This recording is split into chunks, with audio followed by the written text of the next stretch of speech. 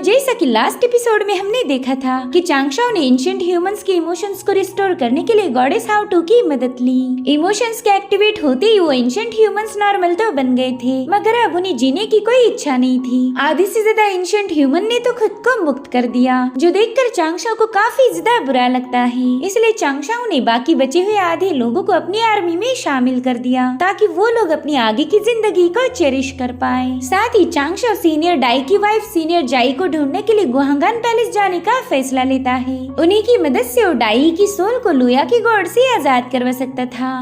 अब आगे तो इस एपिसोड की शुरुआत में हमें शॉकिंग पिक का सीन दिखाया जाता है, जहाँ पर चांगशाओ अपने पुराने साथियों के साथ कार्ड्स खेल रहा था। वो सोचता है कि काफी लंबे अरसे के बाद मुझे अपने दोस्तों के साथ वक्त बिताने का मौका मिला है, तो इसे मैं बिल्कुल जाया नहीं करने वाला। अब इन सभी लोगों ने अपने अपने पत्ते शो कर दिए, मगर इस बाजी को जीत लिया था लिनशाओ ने, जिससे वो काफी ज्यादा खुश हो गई। अब इन सभी लोगों की नजर पड़ी सीनियर जियो पर, जो कि दाव हारने के बाद काफी ज्यादा भड़क गई थी। तो ये सभी लोग वहाँ की सारी चीजें हटाते हुए टेबल को उठा लेते हैं ताकि वो जियो के हमले से बच पाए। इन्हें पता था कि अब जियो उनकी बिल्कुल खैर नहीं करने वाली, लेकिन जियो का रिएक्शन तो बिल्कुल इसका अपोजिट था। वो मायूस होकर कहने लगी कि अब मुझे नहीं खेलना, मैं तो जा रही हूँ मेडिटेट करने। जो देख लिनशाओ कहने लगी कि सीनियर अभी तो हमने गेम शुरू किया था और आप इतनी जल्दी हार मान गई, मगर इसका भी जियो पर कोई असर नहीं होता। मगर वो तो बस वहाँ से नाराज होकर चली गई। उसका ऐसा बिहेवियर देखकर चांगशाओ तो काफी ज्यादा सरप्राइज्ड हो गया। वहीं पर लिनशाओ इन सबको बताने लगी कि पहला तो सीनियर जियो हारने के बाद हंगामा खड़ा करती थी, मगर इस बार वो काफी ज्यादा खामोश है। मुझे तो लगा था कि वो हम सबकी पिटाई करने वाली है, मगर वो तो चुपचाप से यहाँ से चली गई। वहीं पर चांगशाओ लिनशाओ को चाय पिलाता है ताकि वो जियो के बारे में उसे और ज्यादा इन्फॉर्मेशन दे पाए। तभी लिनशाओ से बताती है कि मैंने सुना था कि मास्टर जियो ट्रू इमॉर्टल रन पर ही काफी सालों से फंसी हुई है। वो एक सेलेस्टियल इमॉर्टल बनने से बस एक कदम दूर है, मगर फिर भी वो अभी तक ब्रेक थ्रू नहीं कर पाई। जिस पर चांगशाओ कहता है कि मेरे ख्याल से सीनियर जियो अपना मकसद भूल चुकी है। कोई तो ऐसी बात है जो उन्हें दिल ही दिल में खटक रही, अगर वो गुत्थी सुलझ जाए तो जियो आसानी से ब्रेक थ्रू कर लेगी। ये सुनते लिनशाओ तुरंत ही चांगशाओ को मस्का मारना शुरू कर देती है। वो कहती सीनियर बस आप ही उनकी मदद कर सकते हो, मेरी माँ ने तो आप अभी जाकर उनसे बात कीजिए, शायद वो अपने दिल की बात आपको बता दे। जिस पर चांगशाओ कहता है कि अगर वो मुझे कुछ बताना चाहती तो ऐसे यहाँ से नहीं चली जाती, मगर जैसा कि तुम जानती हो कि मेरे पास हर एक चीज का सलूशन है। अब बस तुम देखती जाओ कि कैसे मैं इस मसले को चुटकियों में हल करता हूँ। जिसके बाद चांगशाओ ने एक चीज बनाना शुरू कर दी। शुआना और लिनशाओ को तो कुछ भी समझ नहीं आ रहा था कि आखिर चांगशाओ बनाने क्या जा रहा है। और फिर अगले दिन लिनशाओ डुशियन पिक पर जाके सबको बताने लगी कि हमारे शॉकिंग पिक ने एक भविष्य बताने वाली कैट इमॉर्टल को इजाद किया है। आप एक स्पिरिचुअल स्टोन के बदले उससे कोई भी सवाल पूछ सकते हो और आपको उसका एकदम सही जवाब मिल जाएगा। अगर आपको भी आपके फ्यूचर के बारे में जानना है तो जल्दी से हमारे कैट इमॉर्टल को विजिट कीजिए। इस भविष्य बताने वाली कैट के बारे में जियो को भी खबर मिल चुकी थी, तो उसे लगता है कि शायद उसने भी इस कैट इमॉर्टल से बात करनी चाहिए। इधर शॉकिंग पिक पर तो कल्टीवेटर्स की कतारें लग गई थी। सबको अपने फ्यूचर में क्या होगा इसके बारे में जानना था। अब एक बंदा इमॉर्टल कैट को एक स्पिरिचुअल स्टोन देकर कहने लगा कि कैट इमॉर्टल मेरा एक दोस्त है, उसे हाल ही में अपनी सीनियर से मोहब्बत हो चुकी है। अगर वो बंदा अपने प्यार का इजहार करे तो क्या उसकी सीनियर मान जाएगी। ये सुनते ही कैट इमॉर्टल को हंसी आने लगी, जिसके बाद वो अपनी जादुई छड़ी घुमाते हुए इस बंदे को आंसर देती है। उसमें लिखा था कि भाई तुम इमॉर्टलिटी की राह पर चल रहे हो, इसलिए हिम्मत करके उस बंदी को बता दो कि तुम्हें उससे मोहब्बत है। एक कल्टीवेटर ने कभी किसी से नहीं डरना चाहिए, चाहे फिर वो जंग हो या फिर इश्क हो। तो बंदा खुश होकर तुरंत ही वहाँ से चला गया। तभी एक दूसरी बंदी आकर कैट इमॉर्टल से पूछने लगी कि सीनियर मेरी एक दोस्त कल्टीवेशन में बिल्कुल भी ब्रेक थ्रू नहीं कर पा रही, क्या इस बार वो कामयाब हो जाएगी। वहीं पर लिनशाओ सोचती कि सभी लोग अपने अपने दोस्तों का नाम बताकर यहाँ पर सवाल पूछ रहे हैं, जबकि सवाल तो इनके खुद के हैं। इनमें से कोई भी अपना वीकनेस बताना नहीं चाहता। वहीं पर हम एल्डर जियांग को भी देख पाते हैं, जो कि इस कैट इमॉर्टल को देखकर काफी ज्यादा खुश हो गए थे। वो कहते वाकई इस चांगशाओ का दिमाग तो कमाल का है, उसने कैट इमॉर्टल बनाकर कई सारे लोगों के मसले हल कर दिए। मैं उम्मीद करता हूँ कि ये कैट इमॉर्टल मेरी बेटी जियो के भी काम आ जाए। मैंने कभी सोचा नहीं था कि ये बेवकूफ चांगशाओ इतना बड़ा शातिर निकलेगा। और तभी उन्हें चांगशाओ की आवाज आई। वो कहते एल्डर मैं आपकी सारी बातें सुन सकता हूँ। चांगशाओ की आवाज सुनकर एल्डर थोड़ा सा सरप्राइज हो गए। वो कहते अरे मैं तो बस ऐसे ही यहाँ पर चक्कर मारने आया था। खैर मुझे अब जाना होगा, मुझे एक बहुत ही जरूरी काम अटेंड करना है। जिसके बाद एल्डर तुरंत ही वहाँ से रफा दफा हो गए। अब रात होते ही सभी कल्टीवेटर्स वहाँ से जाने लगे। इन सब ने कैट इमॉर्टल से अपने फ्यूचर के बारे में जान लिया था। अब सबके जाने के बाद जियो भी चुपके से वहाँ पर आ जाती है। लिनशाओ की थी फाइनली मास्टर जियो यहाँ पर आ गई। इन्हीं के लिए तो हमने ये सारा तामझाम किया था।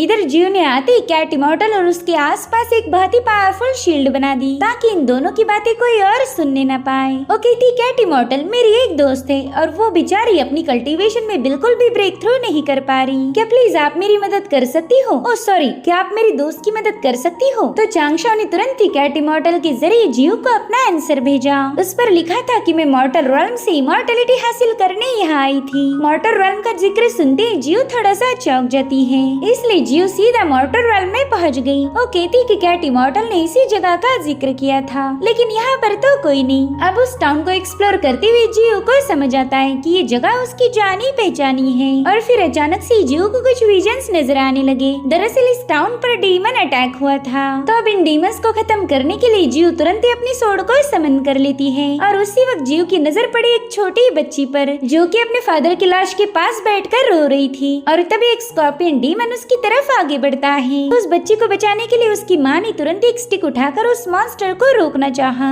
लेकिन एक मामूली सी मॉर्टल भला एक डीमन का मुकाबला कैसे कर सकती थी, जिसके चलते वो लेडी उस डीमन के हाथों बुरी तरह से घायल हो गई। और वो उसी हालत में अपनी बेटी से कह रही थी कि जल्दी से यहाँ से भाग जाओ। और उसी वक्त जियो जाकर उस मॉन्स्टर पर 2-4 स्लैश अटैक कर देती है, जिसके चलते वो मॉन्स्टर वहीं पर डिस्ट्रॉय हो गया। और उसी वक्त जियो देख पाती है कि उस मॉन्स्टर को उसने नहीं बल्कि एक और लेडी ने खत्म कर दिया था, जो कि एक इमॉर्टल है। उसने सही समय पर आकर इन दोनों माँ बेटी की जान बचाई थी। उसी वक्त जियो को याद आता है कि ये कोई रियलिटी ना होकर उसके पास्ट की कहानी है। एक जमाने में ये टाउन जियो का घर हुआ करता था, जिसे डीमंस अटैक ने डिस्ट्रॉय कर दिया। जियो की मदर उस इमॉर्टल लेडी से कहने लगी कि यहाँ पर तो डीमंस के अटैक होते रहेंगे, तो प्लीज आप मेरी बच्ची को आपके साथ ले जाए, सिर्फ आप ही इसे प्रोटेक्ट कर सकती हो। तो उस इमॉर्टल ने उस बंदे की बात मान ली और जियो को लेकर वहाँ से रवाना हो गई। मगर जाते वक्त उसने जियो की मदर को बता दिया था कि अब तुम कभी अपनी बेटी को देख नहीं पाओगी। जिस पर जियो की माँ कहती कि मेरी बच्ची हमेशा सेफ और खुश रहे, इससे ज्यादा मुझे और कुछ नहीं चाहिए। जियो अब ये सब सोचकर ही काफी ज्यादा रोने लगी। वो कहती कि मैं इमॉर्टल की दुनिया में इतने सालों से रहती आई हूँ कि मैं ये भूल ही गई थी कि मैं तो रियल में मॉर्टल की रॉल्म से बिलोंग करती हूँ। मैं इमॉर्टलिटी हासिल करने के चक्कर में मॉर्टल्स को ही भूल गई थी।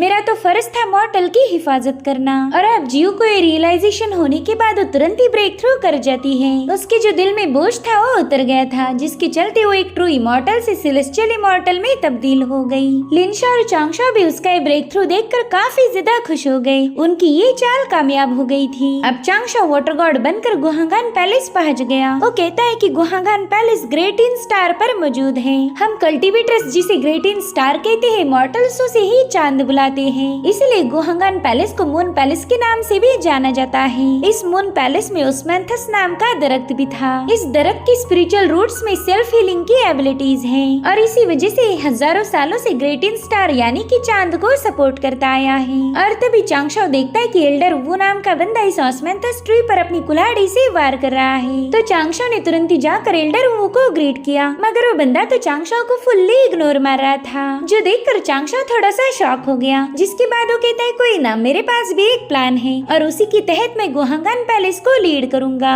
चांगशाओ का पहला प्लान था गुहागान पैलेस में एकदम ब्रेव बनकर एंट्री मारना और फिर वो यहाँ से सीनियर डाई के बारे में ज्यादा से ज्यादा इन्फॉर्मेशन हासिल करना चाहता है। तो अब चांगशाओ एल्डर वो से बात करने लगा। वो कहता है कि मेरी ह्यूमन एम्परर सुइरेन से मुलाकात हुई थी और सच कहूँ तो आपकी और उनकी पर्सनालिटी बिल्कुल सिमिलर है। एम्परर सुइरेन का नाम सुनते एल्डर वो थोड़ा सा चौंक गया। वो कहता है कि आखिर तुम कौन हो और तुम्हारा हमारे गुहागान पैलेस आने का क्या मकसद है? दरअसल एंशिएंट टाइम्स में ये बंदा ह्यूमन एम्परर का सेनापति था, मगर कुछ सालों बाद उसे गुहागान पैलेस को प्रोटेक्ट करने भेज दिया गया। अब चांगशाओ से बताता है कि मैं तो हेवनली कोर्ट का एक मामूली सा इमॉर्टल हूँ। तो एल्डर वो भी अपने बारे में बताने लगा। वो कहता है कि मैं ह्यूमन एम्परर का सेनापति था और यहाँ पर मुझे सीनियर चांगी की हिफाजत के लिए भेजा गया है। अगर तुम यहाँ पर सीनियर चांगी को नुकसान पहुँचाने आए हो तो अभी भी तुम्हारे पास वक्त है, यहाँ से वापिस लौट जाओ, वरना तो तुम चाहे कोई गॉड हो या डीमन हो, मुझे तुम्हें मारने में जरा भी हेजिटेशन नहीं होगा। जिस पर चांगशाओ कहते हैं, सीनियर आप मेरी बिल्कुल फिक्र मत कीजिए, मैं यहाँ पर किसी को कोई नुकसान पहुँचाने नहीं आया। इनफैक्ट मेरा भी ओरिजिन एक ह्यूमन है।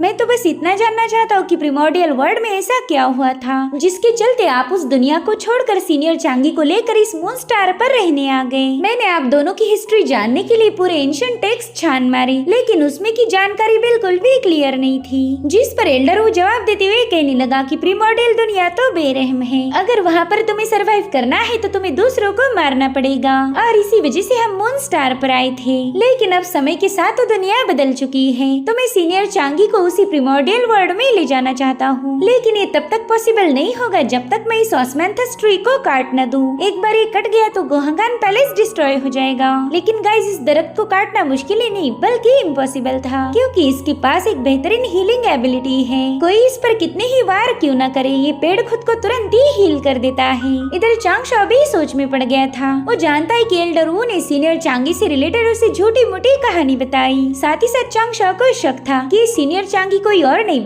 बल्कि डाई की वाइफ सीनियर जाई है। वेले डाई वही बंदा है जिसकी सोल लोया के गोड में ट्रैप है, और चांगशाओ उसे आजाद करना चाहता था। इधर एल्डर वू चांगशाओ को बता रहा था कि सीनियर चांगी को महफूज रखना ही मेरी जिम्मेदारी है, इसलिए मैं उनकी सेफ्टी को बिल्कुल कॉम्प्रोमाइज नहीं करूंगा। उनकी सारी बातें खरगोश भी सुन लेती है। जिसके बाद वो अपनी ह्यूमन फॉर्म में आकर चांगशाओ के सामने खड़ी हो गई। वो अपना गाजर चबाती हुई चांगशाओ को बड़ी अजीब अंदाज में घूरी जा रही थी। चांगशाओ कहता है, ये तो एक जेड रैबिट है। और तभी वो एल्डर उसे पूछने लगी कि क्या आपने किसी वाटर गॉड को यहाँ पर देखा है? दरअसल मुझे सीनियर सिस्टर ने उस वाटर गॉड का वेलकम करने के लिए यहाँ भेजा है। तो जनरल वू से लाड़ दिखाते हुए कहने लगे कि मैंने तो किसी वाटर गॉड को नहीं देखा। तो बंदी उसे बताने लगी कि वाटर गॉड हेवनली कोर्ट का एक हाई रैंकिंग वाला डेटी है। साथ ही साथ ह्यूमन सेक्ट के महान सेंट जुयान भी उसे काफी ज्यादा पसंद करते हैं। इतना ही नहीं, वो बंदा जल्दी फेरी युनशाओ से भी शादी करने वाला है। ये सुनकर तो चांगशाओ काफी ज्यादा शॉक हो गया। जिसके बाद वो ब्लश करते हुए उन्हें बताने लगा कि मुझे तो नहीं लगता कि वाटर गॉड इतनी जल्दी युनशाओ से शादी करेगा। मेरे ख्याल से वो दोनों अच्छे दोस्त होंगे, या फिर आगे चलकर उनका शादी का कोई प्लान होगा। जिस पर वो बंदी कहती कि मुझे फालतू की पट्टियां मत पढ़ाओ, मैं इन इमॉर्टल मर्दों को अच्छी तरह जानती हूँ। इन्हें तो खूबसूरत लड़कियों के साथ फ्लर्ट करके काफी ज्यादा मजा आता है, और मैं ये भी अच्छे से जानती हूँ कि वाटर गॉड भी ऐसा ही लुच्चा लफंगा होगा। उस कमीने ने बेचारी फेरी युनशाओ को अपनी झूठे प्यार के जाल में फंसाया, मगर वो युनशाओ की जिंदगी बर्बाद कर पाई इससे पहले जेड एम्परर ने उसे यहाँ भेज दिया। मगर शायद जेड एम्परर ये भूल गए कि गोहागान पैलेस में तो एक से बढ़कर एक खूबसूरत लड़कियां हैं। यहाँ पर तो वाटर गॉड किसी को नहीं छोड़ने वाला। उसकी बातें सुनकर चांगशाओ को ऐसा लग रहा था कि उसने चांद से सीधा धरती पर छलांग लगा के अपनी जान देनी चाहिए। अब वो रैबिट एल्डर उसे कहने लगी कि फिलहाल तो थर के वाटर गॉड यहाँ पर नहीं आया, अगर वो थोड़ी देर बाद यहाँ आ जाए तो आप मुझे खबर भिजवा देना। इधर चांगशाओ तो उस रैबिट के ताने सुनकर अपने आंसुओं से चांद पर बाढ़ लाने वाला था, मगर उसे अपने आंसुओं को रोकना पड़ा क्योंकि वहाँ पर ड्रैगन प्रिंस यांजी पहुँच चुका था। वो कहता है, भाई आपके स्वागत की तैयारियां हो चुकी है,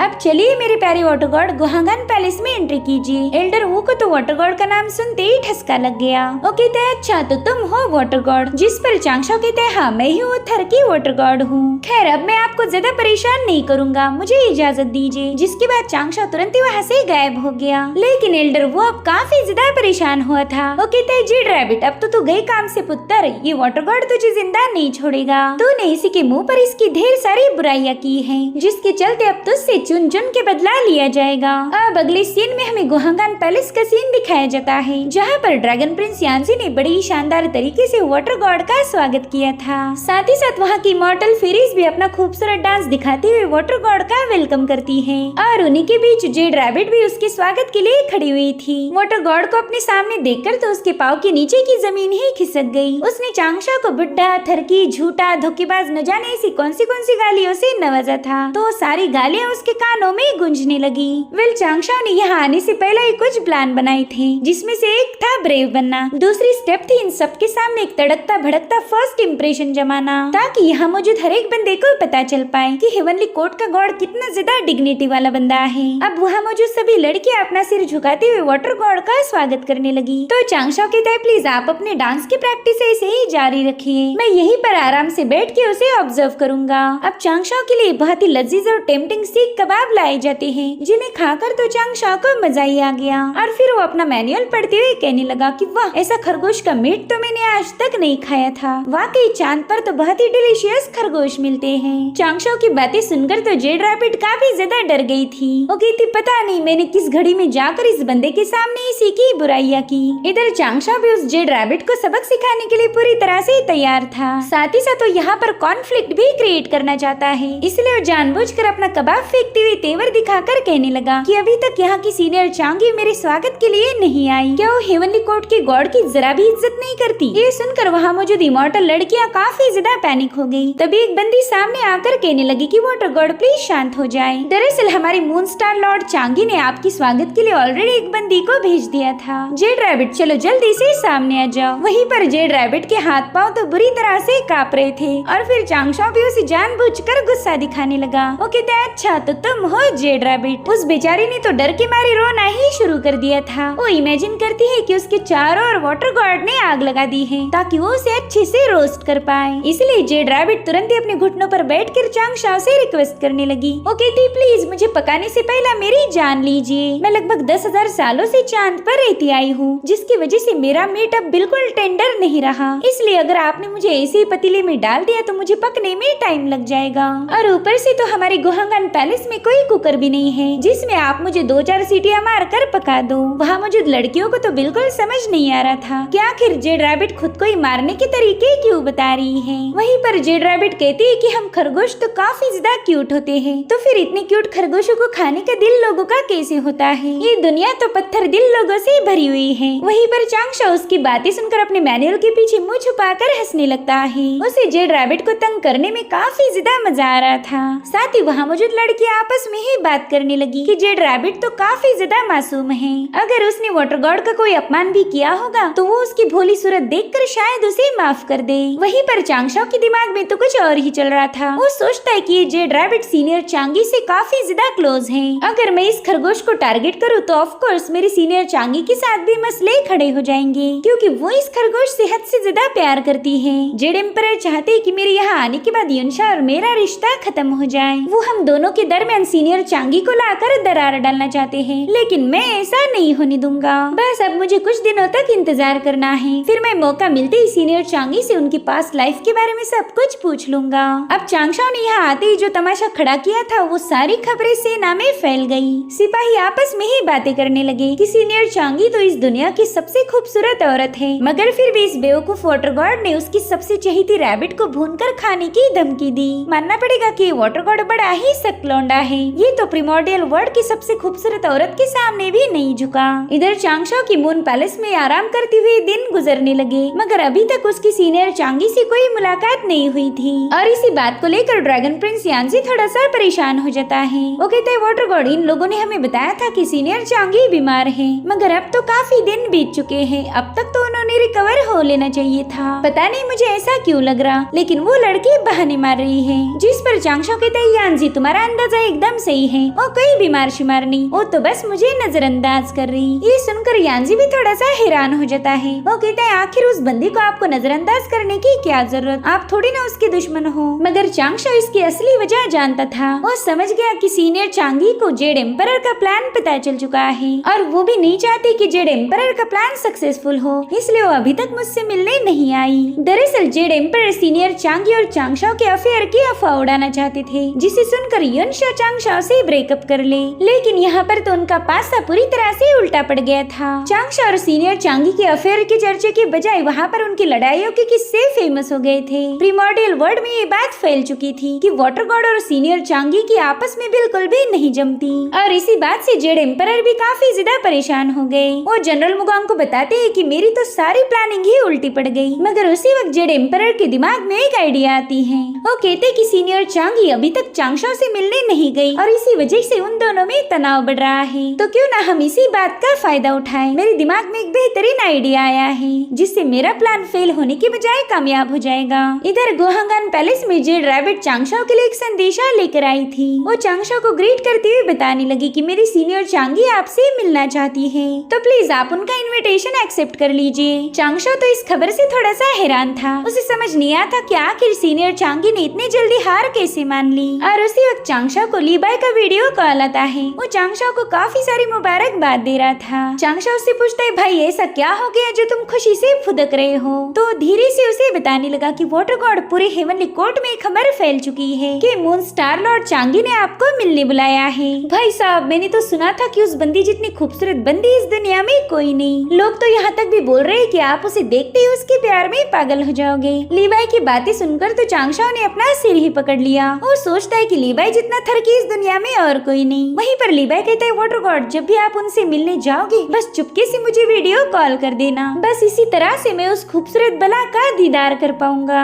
चांगशाओ को तो समझ नहीं आ रहा था कि लीवाई को इसका क्या जवाब दिया जाए, इसलिए उसने तुरंत ही वीडियो कॉल कट कर दिया। वहीं पर ड्रैगन प्रिंस यांजी अपनी माइंड पावर का यूज करते हुए चांगशाओ से सीक्रेटली बात करने लगा। वो कहता है, सीनियर चांगी तो आपको फोर्सफुली मिलने बुला रही है और अगर आप उससे मिलने नहीं गए तो हेवनली कोर्ट आपको ही ताने सुनाएगा। मुझे तो लगता है कि यहाँ पर आपको फंसाने की चालबाजी हो रही। तो चांगशाओ कहता है, ठीक है, मैं भी इस बात को समझ चुका हूँ। इसलिए वो जेड रैबिट से कहता है, ठीक है, मैं तुम्हारे मास्टर से मिलने के लिए तैयार हूँ, लेकिन इस मुलाकात के लिए मेरी एक शर्त है। और अब चांगशाओ ने अपनी कंडीशन जेड रैबिट को बता दी। तो रैबिट तुरंत ही सीनियर चांगी को इस बारे में बताने के लिए निकल पड़ी। चांगशाओ कहता है कि सीनियर चांगी मुझे एक हॉट चेयर पर बिठाना चाहती है, तो क्यों ना मैं यहाँ का माहौल हॉट से हॉटर बना दूं। जिसके बाद वो यांजी को बताता है कि जल्दी से लीवाई को खबर करो कि उसे सारे ब्रॉन्ज मिरर हेवनली कोर्ट में लगा देने हैं। यांजी को तो समझ नहीं आ रहा था कि आखिर चांगशाओ मिरर लगाकर साबित क्या करना चाहता है। चांगशाओ उससे कहता है कि सही समय आने पर तुम्हें सारी हकीकत पता चल जाएगी, फिलहाल अपने दिमाग पर ज्यादा जोर मत डालो। जिसके बाद हमें सीनियर चांगी की थोड़ी सी झलक दिखाई गई। वो कहती है कि अब इस हेवनली कोर्ट के गॉड को मैंने अपना सर्वेंट नहीं बनाया तो मेरा नाम बदल देना। मैं इस दुनिया की सबसे खूबसूरत लड़की हूँ। अगर ये वाटर गॉड मेरे सामने नहीं पिघला तो फिर मेरी ये खूबसूरती किस काम की। और इसी के साथ एपिसोड यहीं पर एंड हो जाता है। Thank you so much for watching. Bye bye, take care.